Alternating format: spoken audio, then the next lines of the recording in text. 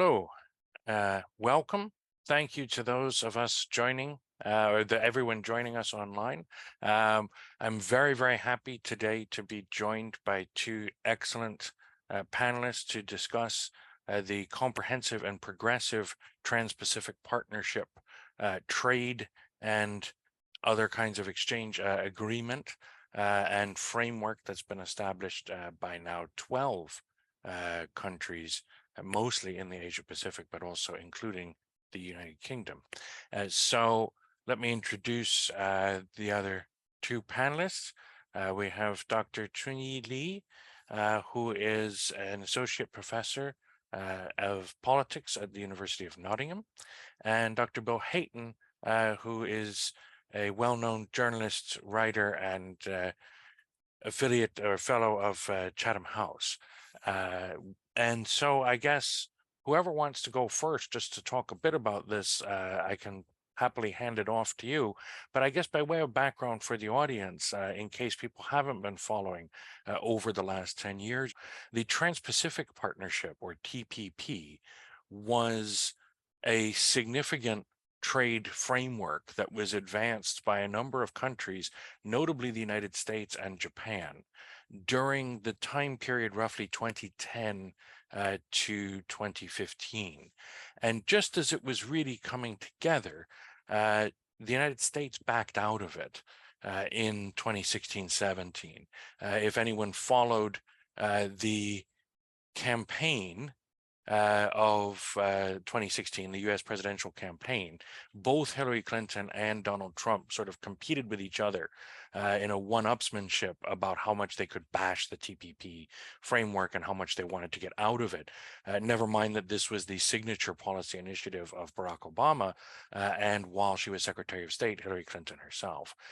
So in 2017, the United States pulled out, but the remaining countries, of whom there were 11, decided that it was still worthwhile to try to go ahead without the US. Japan in particular urged for this to happen, and by 2018 they'd put in place essentially a very similar framework to what was very close to being agreed upon under TPP in a new guise of the comprehensive and progressive Trans-Pacific Partnership. And since then, since 2020, several other countries have applied to join. So far, the UK is the first that I'm aware of off the top of my head that's actually been successful. But there's several others, 5 or 6 others who have applied that are waiting. And so the last thing I'll say before turning it over to our panelists to speak for a little while is, for those in the audience, if you'd like to ask a question, please drop it into the Q&A tab, which sits at the bottom of your screen. And the questions there will be collected towards the end, and we'll have plenty of time then for everyone to respond to all the questions. So please just do be aware of that. Thank you very much once again, and I'd like to turn it over now to either of the two panelists. I see that Bill Hayton has some slides to share, I think, so maybe I should turn it to him first. I'm just going to start off with one image in particular, which I saw in the newspaper. Was it only last week, I think? An advert in the Guardian. This was for the CPTPP, but I just thought that the sort of the way that it was presented was quite revealing. The UK positioned in the middle of the Pacific Ocean, obviously, in this, presentations that have been at the center of this Pacific world, whereas of course in reality the only piece of British territory in the center of the Pacific is Pitcairn Island, which has a population of about 43, I think. So there's a great deal of hyperbole about CPTPP, and the news bulletins of the time when last week we finally acceded to the CPTPP, was that it would increase British GDP by, I think the figure was 0.8%, I think, something like that. And even the government's own estimates of the impact of joining CPTPP that were produced when it first began the negotiations 2 years ago were that it would increase GDP per member of the working population by about £24 per year. So it's not going to be a major boost to the British economy.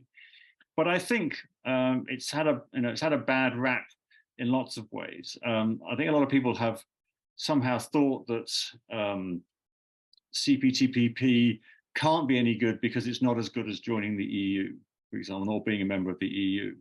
But I think that's to look at it the wrong way. I think the point was that having left the EU, what's the UK to do? So trying to form trade agreements with other countries, is an entirely reasonable thing for a government to do. The question, of course, is that whether joining the CPTPP, how much that affected the Brexit agreement. And there have been quotes from people who were involved in those Brexit negotiations saying that basically, the government started off with the idea that it wanted to join CPTPP, and that then led to the shape of the Brexit deal that we got, because the flexibility that was required to join CPTPP therefore meant certain things had to be in the Brexit deal. But then the point was that kind of having left the EU, we had to have something, and I think the CPTPP has taken on a symbolic importance for this particular government, because having turned its back to a considerable degree on the EU as the source of our prosperity, at least rhetorically, maybe not practically, where do they look? Do they look to North America? Do they look to South America? Do they look to the Middle East or Sub-Saharan Africa? I mean, the obvious answer is you look to the Pacific world as being the source of huge growth. And so, the Indo-Pacific, if you want to call it, or the Pacific, has taken on a sort of totemic significance, I think, for British governments as being this sort of, new horizon where they can, talk about huge, growth rates and all the rest of it, and assume that there'll be stuff there for Britain to pick up. But obviously, distance is a big problem for trade. But I think the idea is that somehow this trade will be digital and therefore, less encounter less friction of distance. And that and the government talks a lot about sort of financial technology or banking or services and this kind of thing. And just in the hope that distance will be less of a problem. So I think it's taken on a sort of, it's a political symbol from the UK side. I mean, it has been a fairly successful set of negotiations. I mean, Liz Truss, if anybody remembers her, was the woman who started the negotiations as International Trade Secretary, and it's only taken 2 years from the start of those negotiations to accession. And I think what it does, I think it has a rhetorical value. I think it has a political value in the sense that it demonstrates Britain's commitment to the Indo-Pacific, and it's the third sort of leg of Britain's involvement with the Indo-Pacific post-Brexit, along with being a dialogue partner of ASEAN and various sort of military commitments to the region as well. So, I don't think it's going to suddenly lead to an economic revival in the UK. And it's interesting to see how the British government has shifted in its language. I mean, some of the materials that it produced last week to herald the accession to CPTPP were about things like how much investment countries from the CPTPP countries have in the UK. So, for example, obviously, Japan and the car industry, but other examples too. So it's a sort of, I think it's there to stay, and it's now going to be up to British business to see if it can make the most of the opportunities. I'll stop there for now. Just on that point, actually, one interesting aspect, I think, of the reaction in the UK to the accession, the negative reaction has actually been from the agricultural sector, which wasn't what I'd anticipated, at least. I know there was a strong backlash from farmers about trade deals with Australia and with Canada, separate from CPTPP, that had been talked about a couple of years ago. But just in the last few weeks, there's really been a strong blowback, it seems, from British farmers who are worried about losing out on price to what they think are inferior products coming from the CPTPP countries. Have you, Bill, picked up a lot of that as well? But I think that's more of a sort of an echo of those Australia-New Zealand free trade deals, and that was part of getting into CPTPP because the Australians knew they had leverage at that time. So yeah, I don't think it was so much the Japanese rice farmers, kind of demanding, but I think it was more to do with those sort of earlier deals with Australia and New Zealand.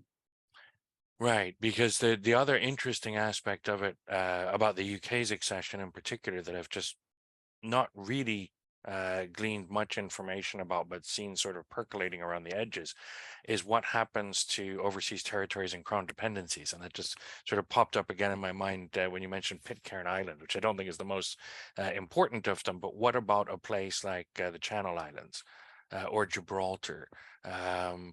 Places where there are significant, for example, financial engineering companies and offshore tax havens that are for right now in some kind of liminal status, I think, with CPTPP. I could be wrong, actually, because I haven't looked at this in great detail, but my sense is that there's an agreement in place about goods moving between the crown dependencies and overseas territories and the CPTPP zone, but not services as yet. And there's some vague language about maybe in the future we'll talk about services, but I have to think that that must be related to financial services and what are seen in some countries as not the best practices in financial services in those British overseas territories. Yeah, I guess people are thinking about Gibraltar and and or the sort of Cayman Islands type company.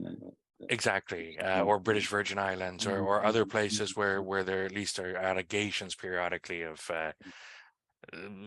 money types of laundering. yeah, exactly. Types of well, of course, some of the countries in the core of the CPTPP also have had similar issues to like Singapore is a core country of the CPTPP. Then there's been a lot of allegations and accusations against Singaporean banks and practices over some of this as well. So, okay. Any thoughts, Chun-Yi, about any aspect of CPTPP? Can I share my screen as well? Yes, of course. I think Right. I think you have to be a co-host in order to do that, which I think you should be now. I just try to share the screen for the reason that this is the book that we have edited and just published actually July this year. It's about China, Taiwan, the UK, and the CPTPP. It is a conference that we organized last year in June last year, and we collected 9 papers to come from the different perspectives to talk about China, Taiwan, and the UK to be the applicants of the CPTPP at the time of our conferences. Of course, that the UK started to apply for the CPTPP. Bill will know better than me. In January 2022, if I'm not too wrong on that, that was right after the UK formally divorced from the European Union. And in the same year, China and Taiwan started to apply to the CPTPP in September, actually 9 months after. China and Taiwan's application just 1 week differences, if you like. This is actually Bill's discussion and observation was mainly from the UK's perspective and also economic and political meaning. And for a lot of reason that for Taiwan particularly, joining the CPTPP is important both on the trade volume, but also on the political meaning, because as we would understand that Taiwan has been sidelined by China in many possible ways. And in the region, apart from the CPTPP, actually there's another RCEP, another regional trade agreements, which was led by mostly ASEAN and China to be the regional agreement that Taiwan was totally excluded, couldn't actually participate. And the reason that for Taiwan is important to join the regional trade agreement is both for the Taiwan's economy and also for Taiwan's political presenters in the trade agreements. And I think now the question, and I would actually to see whether that would be possible to see the CPTPP's existing members that now UK also joined in. How would the members would now look into both China and Taiwan's applications? And would the members reject China? Would the members be possible to reject China's application, accept Taiwan, which most likely that people in the field always say that this is not possible. But however, if you look at individual member states' stance, again, or not against, but towards China, if you take Japan, Australia's very strong stance towards China recently in terms of the trade conflicts, you would start to think that, will they accept China into the CPTPP? Would it be actually contradictory to what, for instance, Japan and Australia, they were talking about their China policy? So this is an issue I think very interesting to look into, both in terms of the trade, but also geopolitics. Now come to the UK as well. UK will be a member, is a member already, and will be able to vote whether they would accept the other two applicants. Understandably, there are other applicants to join, to apply for the CPTPP. One is South Korea is considering, and probably they already put their application. But most controversial applications are, I would say, China and Taiwan.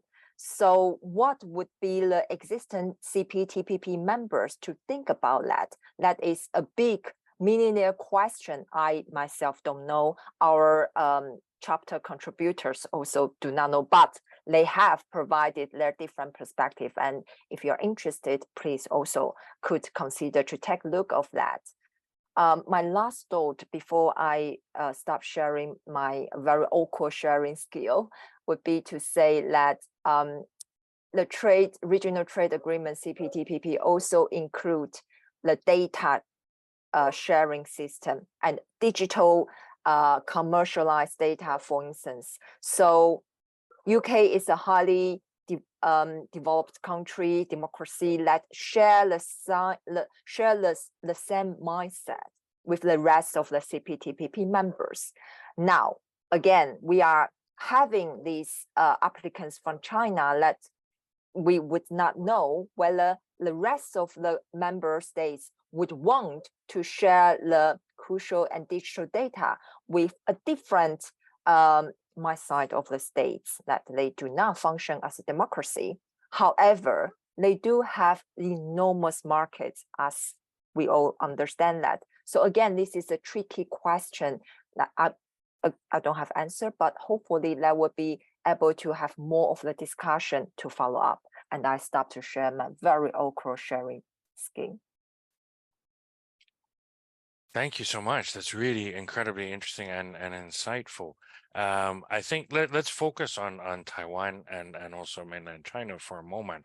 I think, I mean, just my read of it, and I'm curious if you agree, is it does not seem likely that the current members will achieve unanimity to support China's application to join CPTPP. And I would say that for several reasons. I mean, leaving even aside the question of how the UK would vote or what influence the UK would have as the new 12th member, just those existing first 11, in that I don't know that Japan would be so enthusiastic, or Australia, as you pointed out. But the other two to consider would be Canada and Mexico. And Canada and Mexico, not necessarily because they would have very strong anti-China positions or be very concerned about a trade deal with China in terms of their own domestic politics, but there is a kind of a poison pill provision in the North American free trade agreement between the US, Canada, and Mexico that could be exercised by the United States, essentially to say, look, if you allow China into CPTPP and you remain in that, then we're going to have to renegotiate or dismantle this whole North American free trade area, which is incredibly valuable to both Canada and Mexico, even more so than it's valuable to the United States. So I think even if Canada or Mexico thought of supporting China's application, I think there could very well be really significant pressure from the United States via the North American free trade framework to convince them not to do so. And I don't think Canada, especially Mexico, I'm not as certain, I don't think they're particularly eager to support China's application either, for exactly the same reasons that you mentioned in Australia and Japan. So, and of course, Vietnam is also kind of a wild card. So I think we can very easily see a set of countries that are going to be wary at least, or not obviously in support of China's bid to join CPTPP. But if we really just think about Taiwan, then is it feasible? Can we assume that a country like, say, Singapore or Malaysia or Brunei would Or be Vietnam. or Vietnam would be comfortable supporting Taiwan's bid and not having China in? My guess is that they a would. question, Bill. And I think that you rightly point out that it will not be a all yes from the 12 members now, including the UK, for China. I also personally, I'm not sure that would be an all yes for Taiwan for this very reason. And not necessarily they are not liking Taiwan. It's mainly because they have very also close trading relationship with China. And in that sense, I think both China and Taiwan's applications are actually a constant dilemma for the member states. And I'm not very sure that whether the member states have the time limits to answer to the applications. In a foreseeable future, I think this is very difficult to resolve in that sense. Yeah. Bill, you were going to say something as well about Vietnam. That would be my feeling as well. I mean, if accession requires unanimity, and it comes down to Brunei or Malaysia, there's plenty of leverage that China, the PRC, can exert on those countries. Unless it becomes part of a grand deal, sort of that, some people are reluctant about China, some people are reluctant about Taiwan. And it's sort of interesting that there's been a little bit of coverage, certainly in the South China Morning Post, beginning of this week, about China starting to introduce new regulations in export processing zones and things, which might make those zones more compatible with CPTPP rules.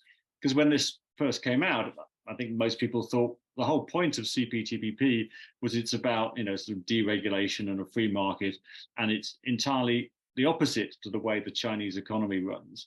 But we've had some sort of different takes on it, I think, in the last sort of 6 months to a year, suggesting that there are ways that China could change regulations to bring itself at least into formal compliance with some aspects of with CPTPP. And maybe what we're seeing now is some experiments going on, in the coming year or so, about introducing some of these measures into places which are more part of the global export economy, and seeing if they stick. So it's not the case that China's economy is going to be the main barrier to joining CPTPP. I think, as we were just hearing, these are going to be geopolitical choices, really. And on that last point, it's actually very interesting if we then think about China's preferred remedy in some of these things is to split different portions of the country in terms of what they'll comply with or not, right? The whole one country, two systems framework for a long time worked very well to ensure that Hong Kong remained integrated into a global financial system, even when the rest of China was not. And so it's interesting to think about that, especially in light of what we were just talking about a few minutes ago with regard to, for example, the British overseas territories that may not be fully integrated in terms of trade and services for some time. What if China were to sort of carve out Hong Kong and say, we'll limit our application at first only to Hong Kong, so that Hong Kong would be admitted with its own customs regime and its own regulatory system. That would be much harder, I think, politically for countries like the UK or the US to block or to push others to block. And might be a means that Taiwan could get in at the same time. Yes, it could actually. I'm doubtful in that sense for two reasons. One reason is that apart from us, Bill already said that apart from the financial market, all that stuff, but also about the union, labor, they require to have an independent union. I do not see in any part of a territory China would allow the independent trade union to exist, and unless there would be some, probably will have other suggestions on that. And a second thought is that would be really different from what China already took Hong Kong back. Like one country, two system already being demolished in 2019, if you like. So I'm not sure whether theoretically it can work, but practically I feel quite doubtful. Sorry, Bill. It would also be a really interesting way, though, of spinning one country, two systems, or a revival of one country, two systems in a way that might be very palatable to the Chinese government, right? Because you're right. So before 2019, even for 5 or 6 years, there was a significant erosion of most of the one country, two systems provisions when it came to any aspects of political rights, political expression, freedom of speech. All of these things began to become more and more eroded. And after 2019 and 2020 and the national security law, it's even more clear that one country, two systems is eroded very substantially. And so therefore, Hong Kong's economy is under threat. Aside from the politics of it and what's happened to Hong Kong's politics and society, Hong Kong's economy has also come under significant threat and I would say strong negative influence from this change, as the global financial system is essentially beginning to delink from Hong Kong over this. But by spinning a sort of separate carve-out application to CPTPP, I always have trouble pronouncing that acronym, China could conceivably reinvigorate certain aspects of one country, two systems, help the Hong Kong economy, help reintegrate it into some of the global financial and trade system, at least, silence some of its critics, without having to do anything about politics, society, the other things in Hong Kong that it doesn't want to change. I agree with you, Chun-Yi. I don't think it's very likely that China will do that. It just is, it's an interesting kind of thought experiment.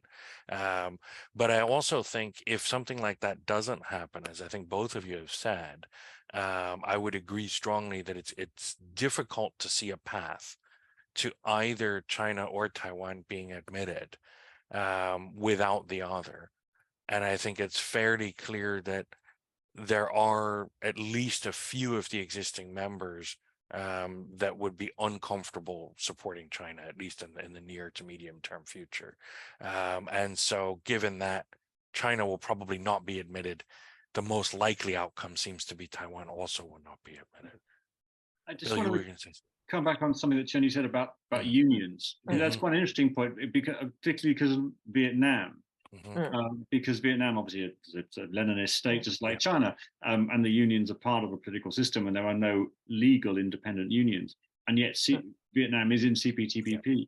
And there were two interesting about. One was that there were things that Vietnam agreed to join CPTPP, but they were actually in side deals between Vietnam and the United States government. So when the US pulled out, some of those side deals about independent workers associations and things like that also dropped away. And so Vietnam has been very clever in sort of finessing this agreement and talking about workers associations and things. And I'd really need to be a labor lawyer to find out, just how close they've come to compliance, or whether they're sort of, still in a kind of gray area there. But there are ways around those things, about independent trade unions, as Vietnam is currently demonstrating. And actually, just on that point as well, those side agreements with the United States over the original TPP framework came out of in large part, or were spurred in large part by the fact that U.S. labor unions and political actors leaning on the left primarily were criticizing the TPP framework for not doing enough to ensure labor protections and environmental protections in member states, or potentially putting American or Canadian or Japanese or Korean workers under threat, because they have unions and they have, sort of workplace health and safety protections that allegedly other members did not. There was a right-wing critique as well, or the critique from the right was different, although somewhat similar, actually, to some of this, that it would be unfair competition. So, I mean, it's interesting that it's the same issue sort of resurfacing, and it's interesting that Vietnam was able to finesse that in that way. I mean, of course, there are other existing members that are not great either. And Brunei does not have great union protections, for example, or democratic rule of law system and all but absolute monarchy. So it's I guess before we open it up to questions, let me just ask each of you a question from a different angle, and then also if you have any sort of additional final thoughts. But the question I want to put to both of you, which we haven't really directly addressed, is what about the security implications of this, if there are any? Does CPTPP have obvious implications, for example, for the South China Sea series of disputes, or the cross straits issue, beyond just China and Taiwan both trying to get in, or the Korean Peninsula, or security in the region more broadly, right? Are there specific members or applicants that are going to face either heightened security risk or a better security position because of this? It's not absolutely obvious to me. I mean, I don't have an obvious answer to this, but I'm curious if either of you or what each of you thinks, actually, and if either of you have a sort of framework for thinking about the security implications of CPTPP, but then also any other final thoughts that you might have. Let's go first to Chun-Yi.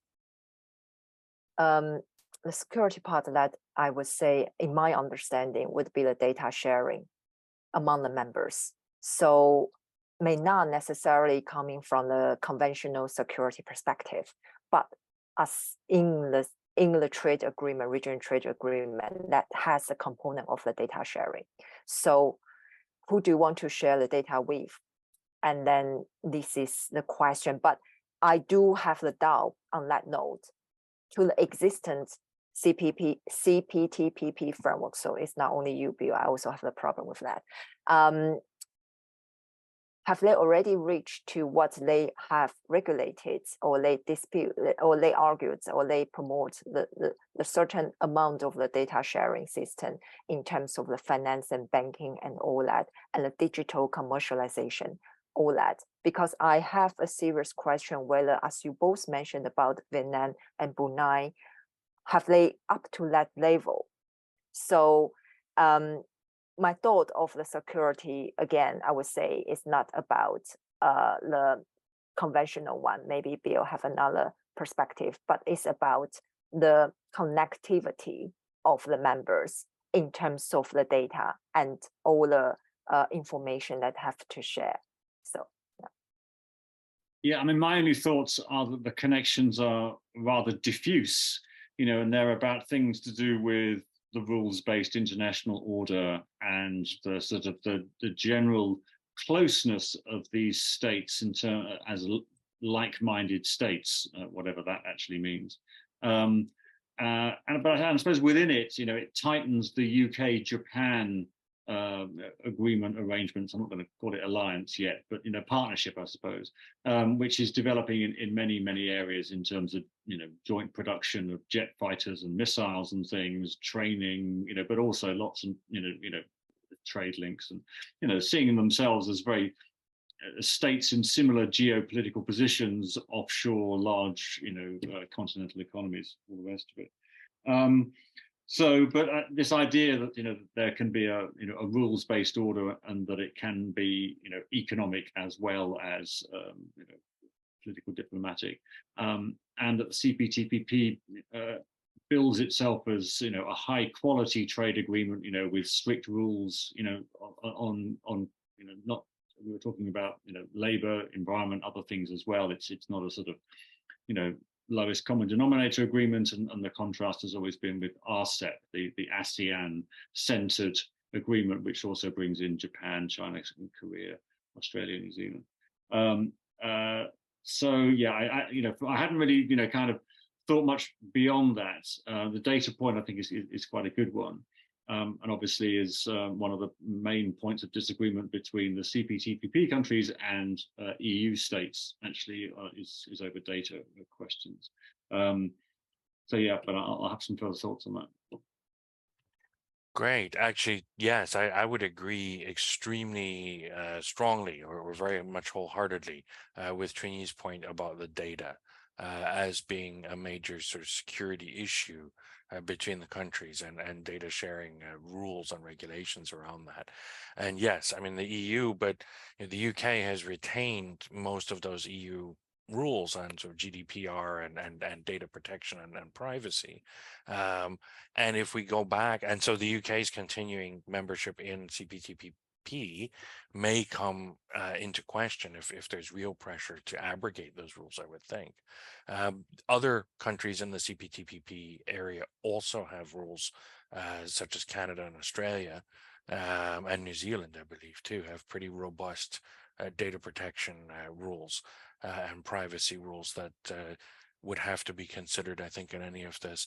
Obviously, Taiwan, Japan, and several other states have major concerns around data security when it comes to this, and not only with regard to China potentially joining. I would say even some of the existing members would be countries with which not every state would be comfortable sharing data. And the other point about data sharing and sort of cybersecurity and data regulation, if we go back about 7 or 8 years, sort of 2015, 16, but especially 2017 and beyond, China's cybersecurity law, which was passed, I believe, in 2016, and other aspects of its data regulatory structure became the first flashpoint for most of the trade friction that really touched off around that time between China and many of its important trading partners. Most spectacularly and high profile, perhaps the US, but many countries became very concerned about the data regulatory system being enacted in China around that time. And it created huge problems with the European Union as well, and with a number of states, and even Australia is actually right around that time. So, you know, I think that there's strong precedent for the data sharing provisions and data regulation being a major security issue that gets in the way of otherwise smooth economic progress, and potentially opens up other kinds of security implications too. Any other final thoughts from either of you? Okay, with that, let me pose a question from the audience. We have several that have come in via the Q&A tab. And so the first question from an audience member says, what are the geopolitical implications and potential consequences of the UK withdrawing from the CPTPP in order to rejoin the EU as a full member? I guess this is hypothetical. Either of you want to take a stab at that? I could. I mean, I mean, my first point of view is I can't see the UK rejoining the EU for decades. Decades. You know, I think the EU wouldn't have us back unless we joined, you know, in every way, including single currency, and I think the EU states want to see us completely committed to being members of the EU, not sort of half in, half out. So there's the domestic side. I think there's also the reluctance from the EU side to have us back. So I think the first one is highly unlikely. The second thing is, you know, we negotiated Brexit. If we have to negotiate ourselves out of the CPTPP, then we'll do that if we see that as the benefit, and as the economic benefit. There would be a geopolitical interpretation put on that, which would be, you know, the UK is going back to its sort of European home, it's withdrawing from the Indo-Pacific, you know, all this kind of stuff. I'm sure that kind of spin would be put on it at the time. and whatever government was in power, assuming they were still committed to the Indo-Pacific tilt, would have to put a lot of work in to try and counteract that feeling. But my overall, gut instinct is that this is not a question for the next 10 years. I would agree with that as well. Chun-Yi, do you have any thoughts on that? I mainly agree on that, because it's already hard enough for the government to negotiate out from the EU. And I think that the CPTPP was really sort of a very good opportunity for the government to see the UK as a whole to be more embracing of the Pacific, Indo-Pacific. So I feel it's quite unlikely. Geopolitical wise, I just would add one point that would, if that really happened, that probably would put the UK not only back to the European geographic home, but also probably would reduce the government's image they want to put as UK is a global Britain, which it doesn't really sell that well. But it's just my personal reflection on that. I think it might be also interesting. Yeah, I agree with you. I think it would be a major sort of rebalancing and reorientation of the UK's whole focus and policy angle.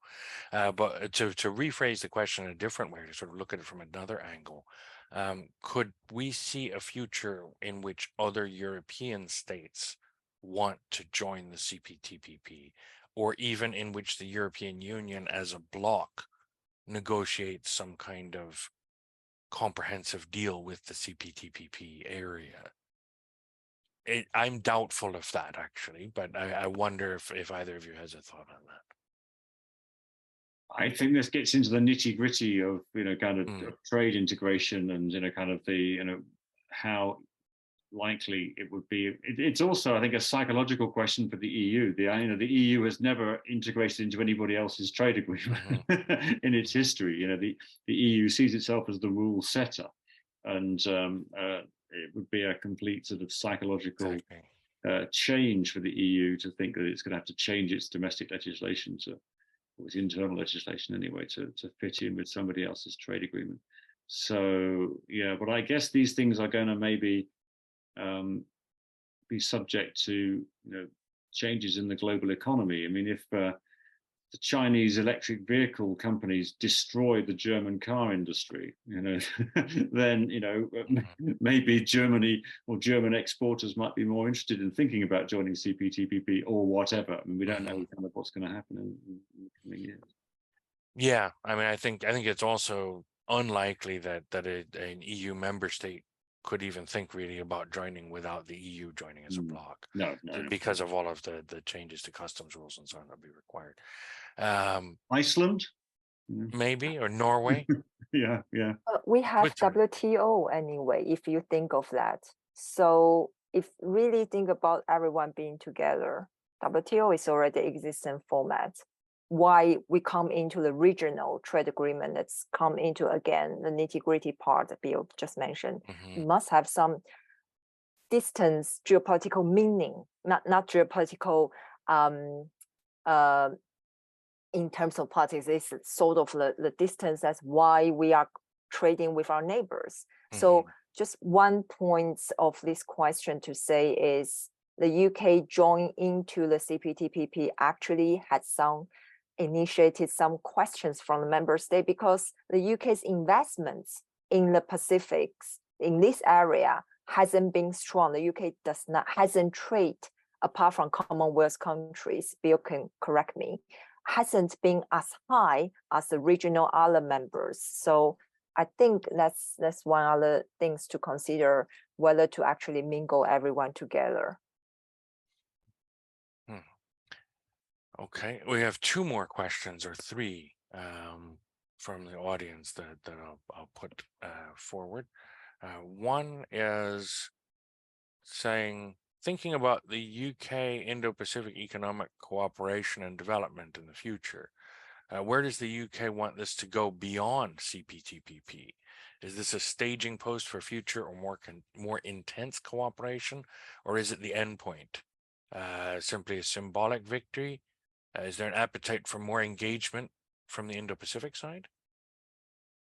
Well, I think if we're talking in terms of trade and prosperity, then yeah, there's always an appetite, for increasing exports, growing trade, that kind of thing. But where do you go after you've joined CPTPP in terms of formal agreements? I guess you sort of go.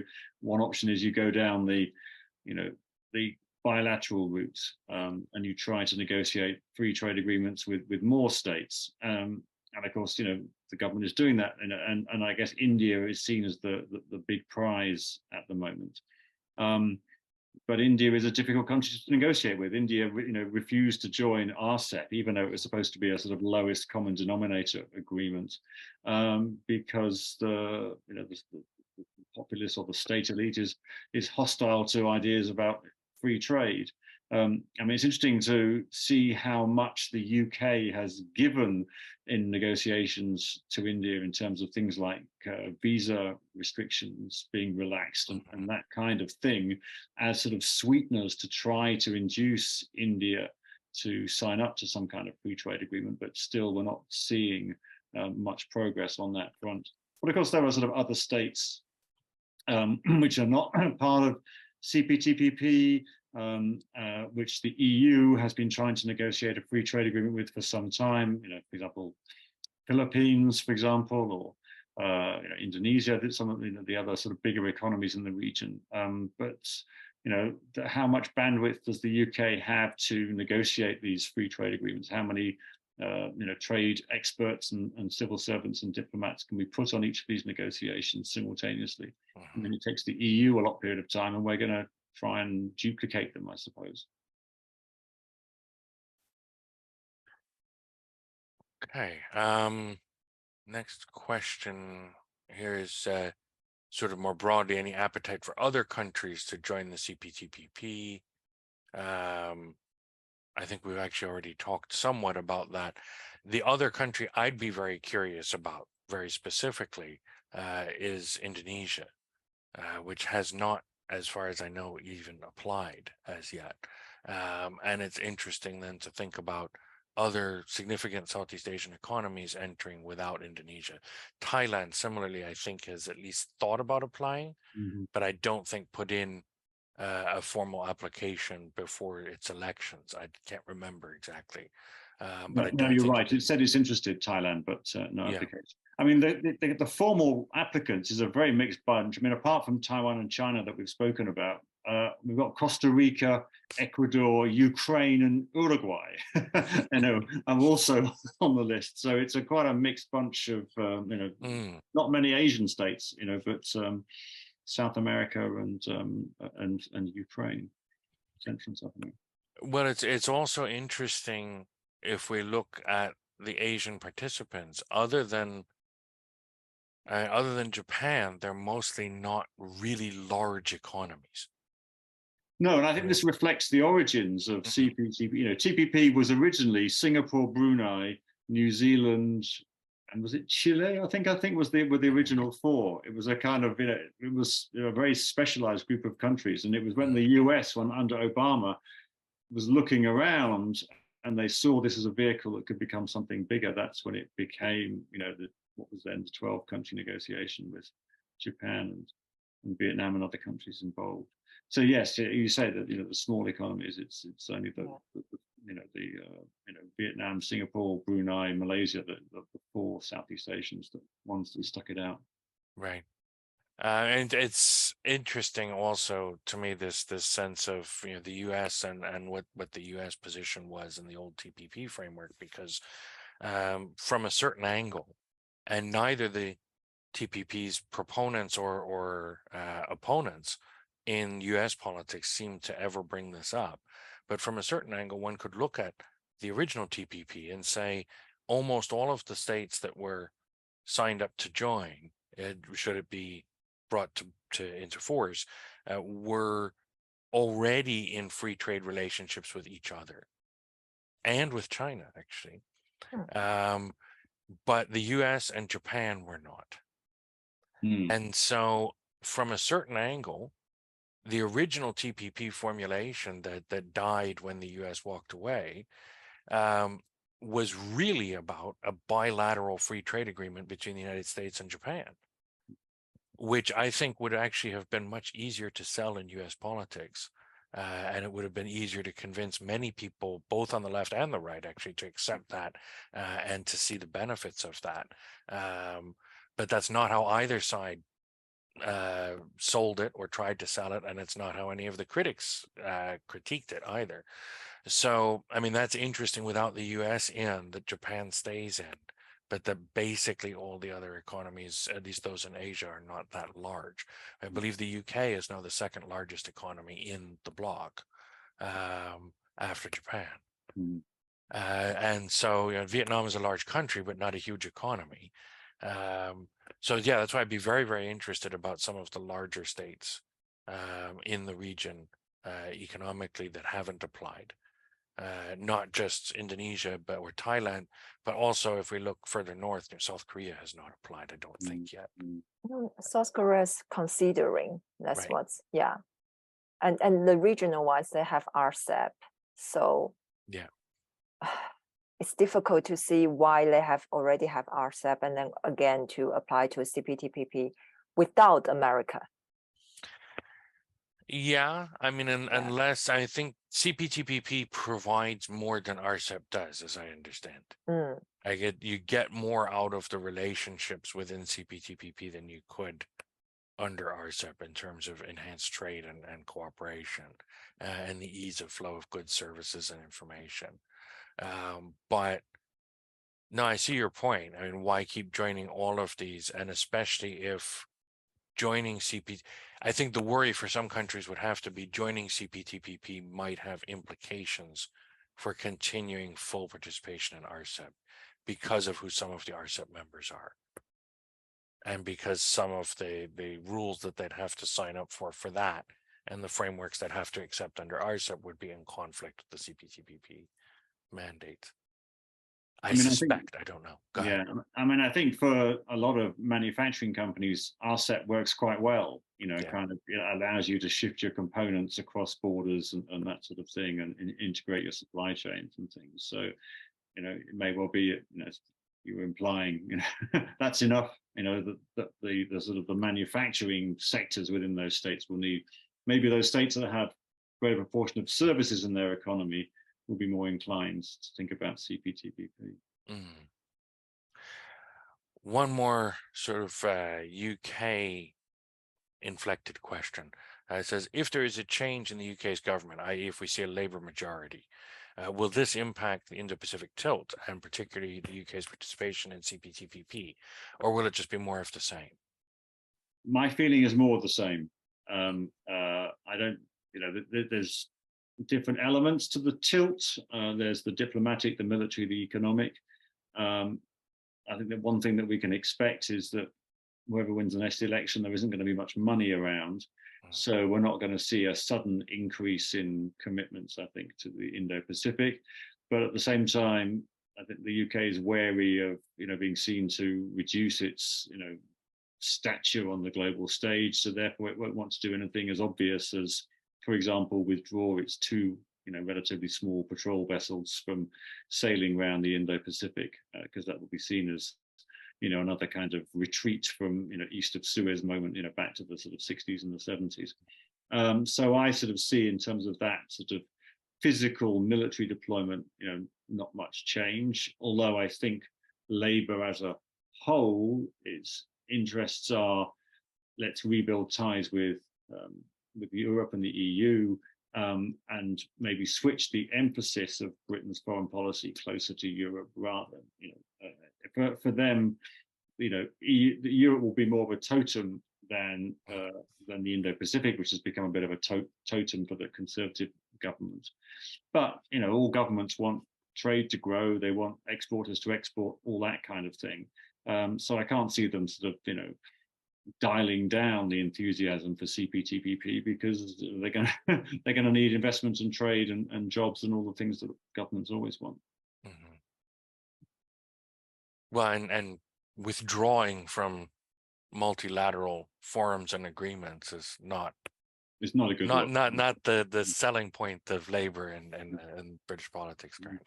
I mean, if you want to have a good idea, I think, about what Labour Party foreign policy will be, if it forms the next government, there's a recent Fabian Society pamphlet, Britain in a Connected World, I think it's called, something like that. The whole point is connections, kind of connections with Europe as much as we can do given the Brexit situation, right. and the implication is connections with everybody.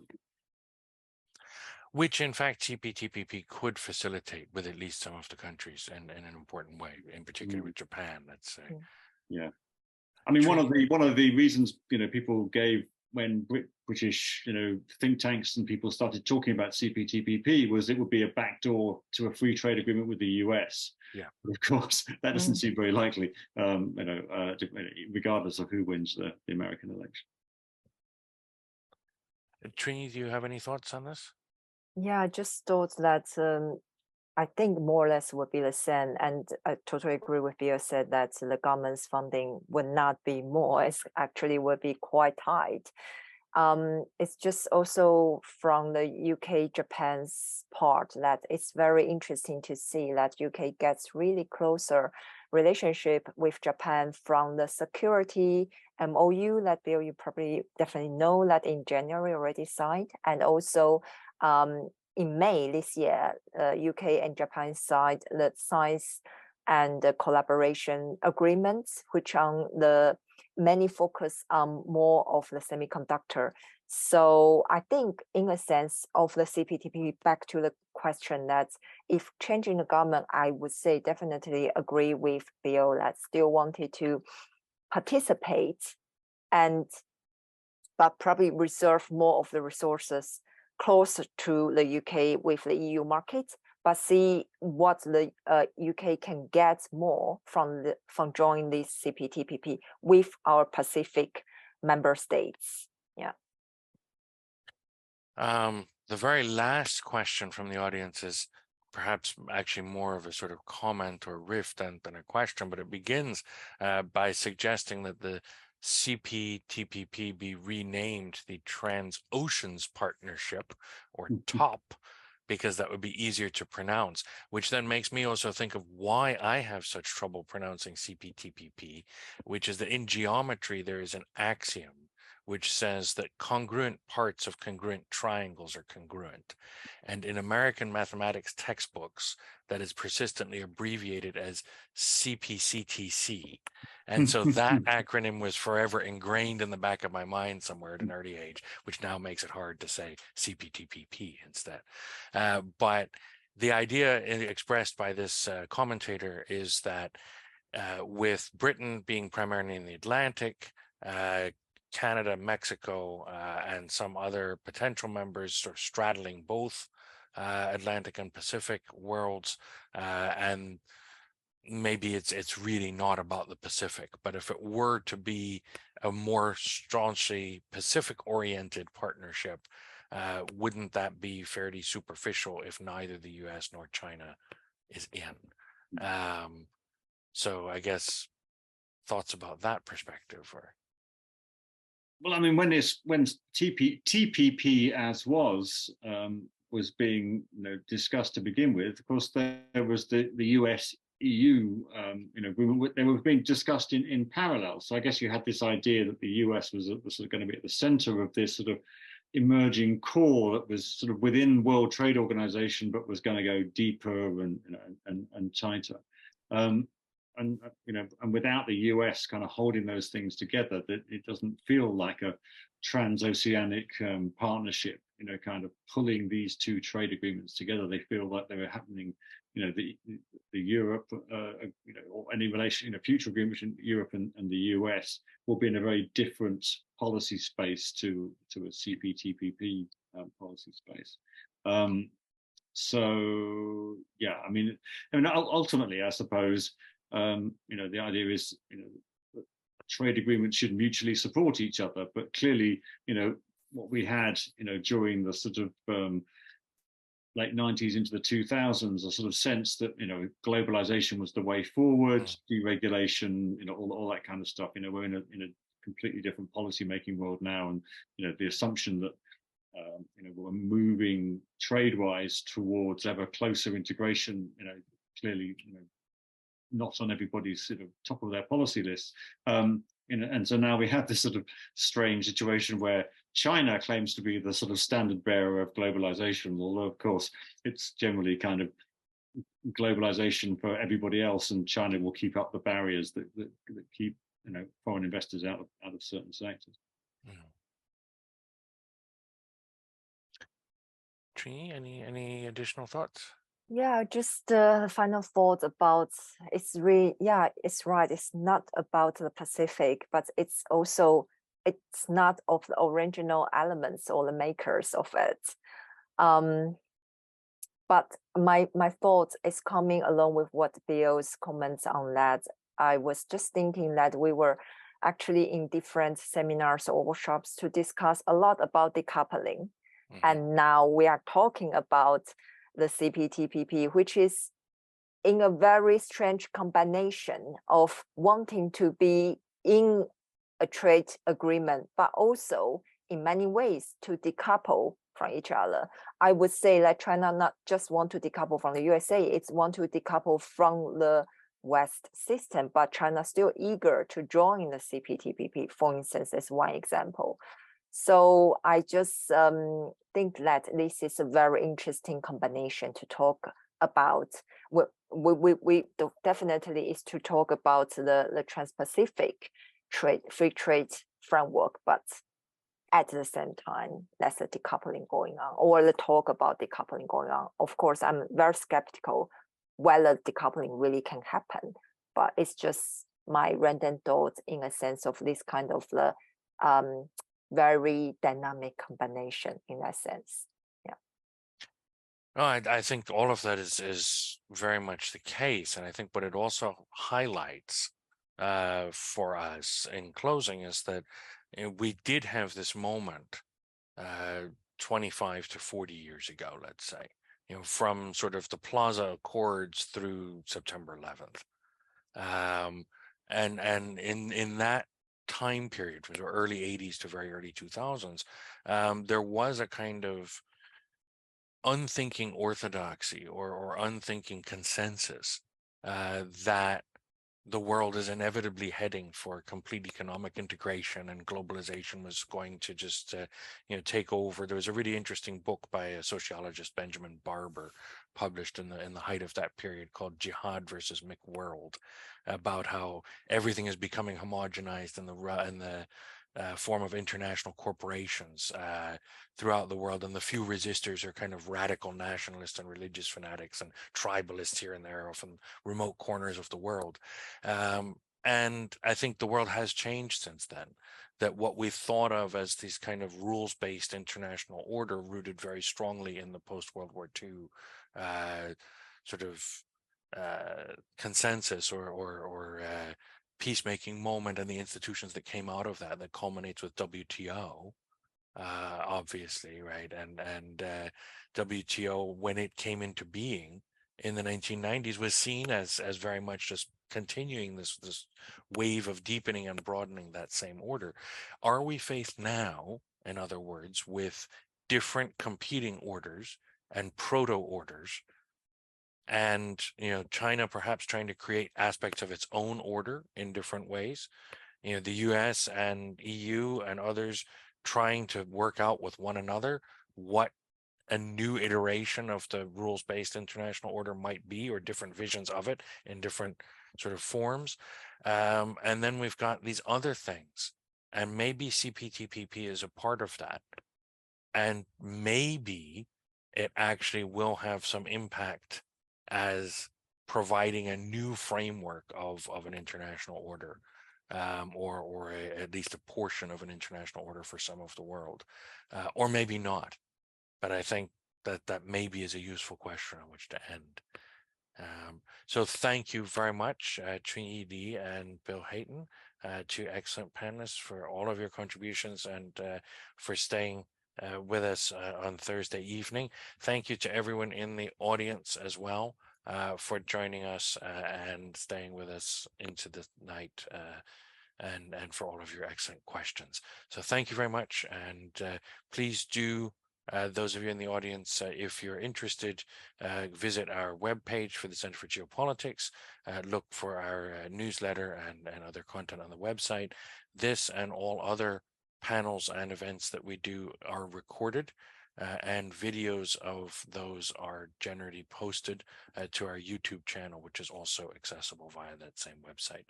Thank you very much once again, and good evening.